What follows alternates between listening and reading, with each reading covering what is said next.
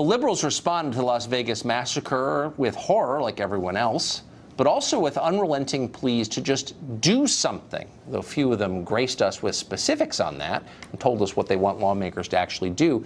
Even fewer can explain how doing something will prevent another attack like the one we just saw.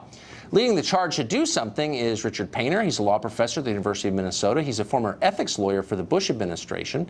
Painter expressed his outrage on Twitter, saying, quote, "Americans are sick of political hacks talking about condolences and sympathy while stuffing NRA blood money in their pockets, period. Do something." He continued, "We can all pray about it, but we elected you to do something to protect us. What you were doing to fix our permissive gun laws, question mark." Then he finished this way, "Enough BS.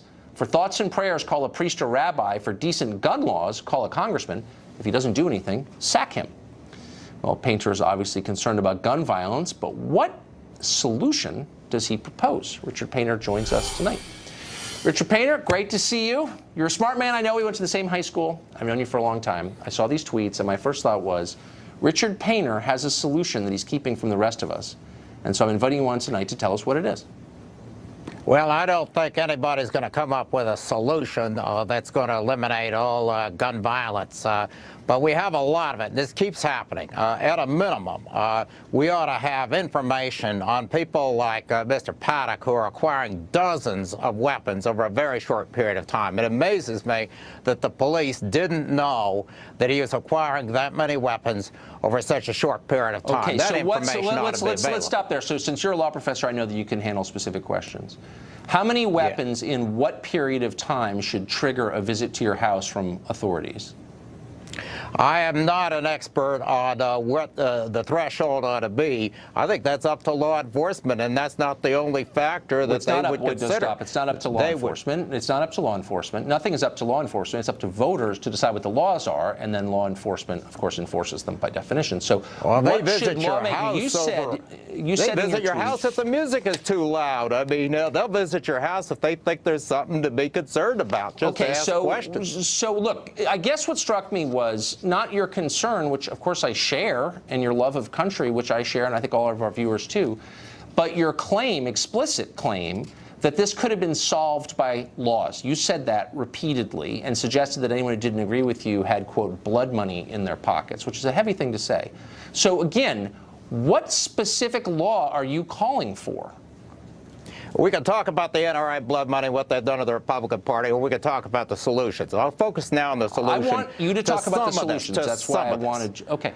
So, but what are they? You still haven't told me. Law enforcement ought to know if someone has acquired dozens of weapons, and they can use that information along with other information. For example, is the person associating with known terrorists? Is the person associating with the Ku Klux Klan? Is the person somebody who appears to be psychologically unsettled? They can use that information along with other information to check out the facts, and they do not need a law to go pay you a visit in your house and say, hello, what's up, what's going on? Is he a gun collector? Is he a dealer? There might be a good reason to be purchasing dozens of weapons over a short period of time. There might be a bad reason. It turned out this guy had a very bad reason, but this is not a well... buy too many guns, the police should come visit them and ask them why they have the guns, and then do what? That depends on the circumstances. Well, how about in this case, the specific circumstance you were tweeting about? What should the police have done in this case? Let's say that law was on the books, and if you buy more than 20 guns in 6 months, the police come to your house, and then they ask what? Well, as I say, they could have paid him a visit and say, why do you have the guns? Why are you buying all these guns? What's going on? And they might or might not have figured out that this guy was a lunatic, or the guy who shot up the gay bar. I mean, it goes on and on. We got so many lunatics out there. Hold on. No, wait, hold on. Before you go back into generalities, since you're a law professor, I'm going to hold you to specifics. Then do what? I mean, because you're familiar with the concept of civil liberties. I mean, you're familiar with the Constitution. You can't punish someone for something he hasn't done, can you? Or are you suggesting that we do that? No, you cannot. But the police know how many, the authorities know how many cars you have in your garage. They know all sorts of facts about you. Shouldn't they know if you have dozens of these guns? And that's not just the only point. How about these silencers that they're trying to push through? Why do we need silencers on guns? Okay, Is that for the mafia? Okay, now you're revealing yourself as ignorant, so I'm going to stop you there so you don't embarrass yourself. Ignorant? But let's just hold on. Silencers Had nothing to do. I mean, let's be real. But let's just back up not one with second. This man. By using the same criteria, okay, but don't embarrass yourself. By using the same criteria you just laid out, Muslims are like 2% less percent of the population since 9/11. You know, the vast majority of terror deaths have been committed by Muslim men. If you've got a Muslim man who's very devout, that's a starker indicator by the numbers than buying guns. Should the police visit him and ask him about his commitment to global jihad? I don't know what this has to do with Muslims or anyone else. If you've got a Christian who's associated with the Ku Klux Klan or a Muslim who happens to associate with ISIS, yes, but the vast majority of Muslims don't associate with ISIS. The vast majority of people who buy a lot of guns don't shoot up concerts. The bottom line is the police ought to know about the weapons.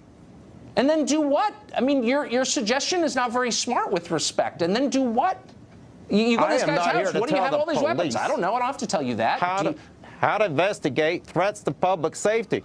But I can assure you, if somebody is accumulating that many weapons and the police saw it, and someone important were coming in like the President of the United States, you bet they'd be looking into it. But they don't care when it comes to our families, my family. We want the police to be able to enforce the law. I'm going to cut you off because you've got a job and you don't want to be embarrassed.